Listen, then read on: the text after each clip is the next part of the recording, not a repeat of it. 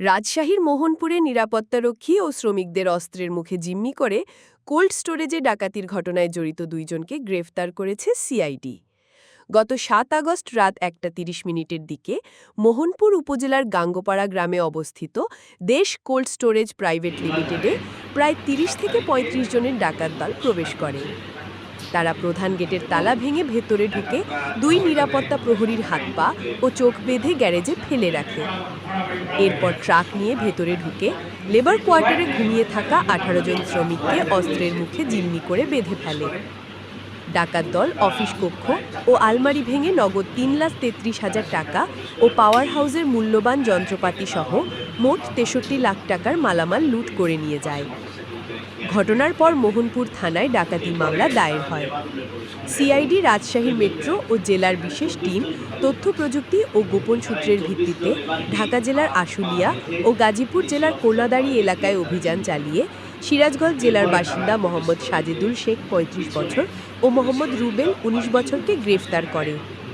গ্রেফতারকৃতদের কাছ থেকে এবং তাদের তথ্য অনুযায়ী ডাকাতির কিছু মালামাল উদ্ধার করা হয়েছে বলে জানিয়েছে সিআইডি।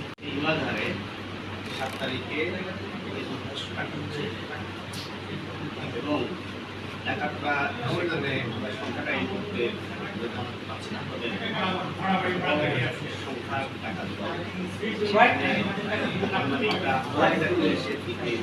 প্রবেশ করে। তারা প্রায় ৪টা পর্যন্ত সংখ্যা ডাকাত, তারা সেখানে প্রবেশ করে প্রথমেই গেটে দাওয়ানদের তাদেরকে পাশে মোটরসাইকেলকে গ্যারেজে রেখে এরপরে তারা লেবার রুমে প্রবেশ করে এবং সেখানে ২৪ জন ঢোকালে পাচ্ছে। তারা এই ২৪ জন লেবারকেই হাত পা বেঁধে দেশীয় অস্ত্রের ভয় দেখিয়ে তারা ডিম করে।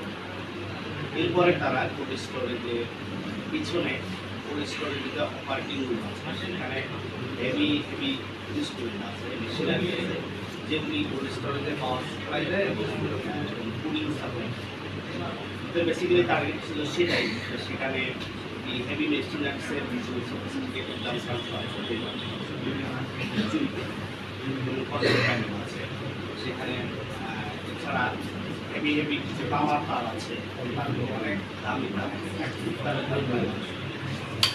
এগুলিকে টার্গেট করে এবং লেবার রুমের সব লেবারকে জিম্মি করে রেখে তারা সেই পাওয়ার স্টেশনে দেয় এবং পাওয়ার স্টেশন মেশিনারিজকে ঘুরে সেখানে যন্ত্রাংশ নিয়ে তারা কন্ট্রোল প্যানেল থেকে বিভিন্ন যন্ত্রাংশ নেয় এবং পাওয়ার চালায়।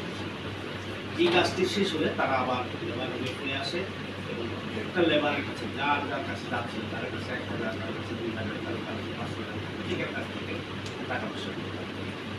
এরপরে তারা কোল্ড স্টোরের পরিচালনাদের একটি অফিস রুম রেখেছে, সেই অফিস রুমটা তছনছ, সেই ফার্নিচারগুলো তছনছ করে সেখানে তারা সেখান থেকে চেষ্টা করে।